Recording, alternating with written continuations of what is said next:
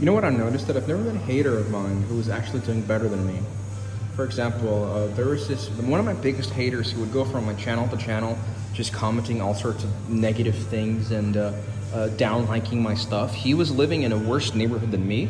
Well, actually, I was living in one of the most affluent neighborhoods in Bakersfield. He was living in the most dangerous and the worst ones. The worst, like the worst. And he had a shitty car that he was paying. He was hospitalized like more than 10 times at Mary Kay Shell for having nervous breakdowns. He was 49 years old and he's never had sex with a girl, let alone kissed a girl.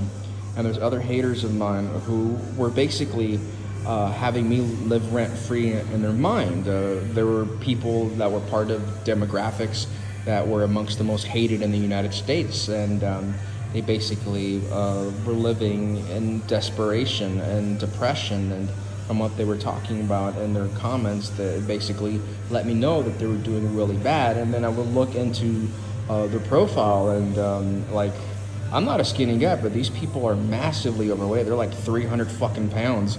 Like, I literally haven't had anybody hate on me that was like somebody who was, you know, for the most part, doing well.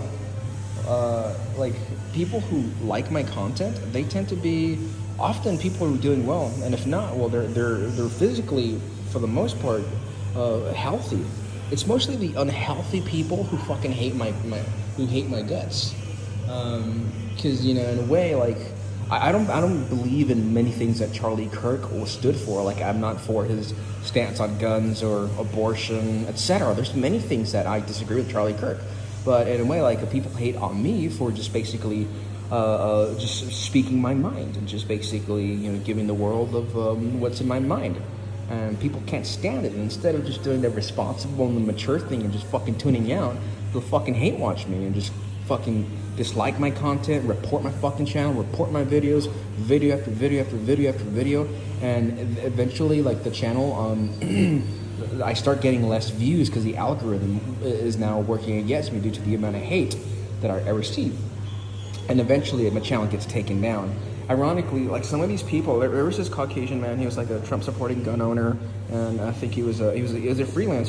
He was doing okay, money wise, but you know, he wasn't, you know, in the best shape mentally. And this guy, you know, he's off of freedom of speech, but supposedly. But then he goes apeshit and keeps on reporting me and just basically doing ill things and committing crimes such as giving me threats. I mean, threatening me to cause bodily injury to me. And this guy just wouldn't let me exercise my First Amendment right. And that's what I've noticed about Republicans and Democrats. Republicans and Democrats, they seem to be like, oh, I'll let me say what I want to say. But if you disagree with me, shut the fuck up. They try to silence you. And we saw the way people got fired because they were talking ill of Charlie Kirk. And I think everyone should have the right to talk shit about anyone as long as it's true. And, well, or even if it's an opinion, either it's got to be true or an opinion. Like, I don't think Charlie Kirk was a bad person. I think he was just somebody that he had some controversial opinions, but he wasn't a violent man. He was just a very fucking controversial person who had views that pissed a lot of people off. And sure, some of those views are like fucking views that I wouldn't hold in like the next 1,000 years.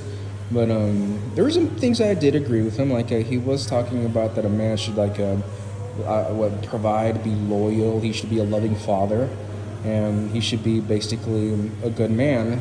And basically, being a father is one of the best things ever.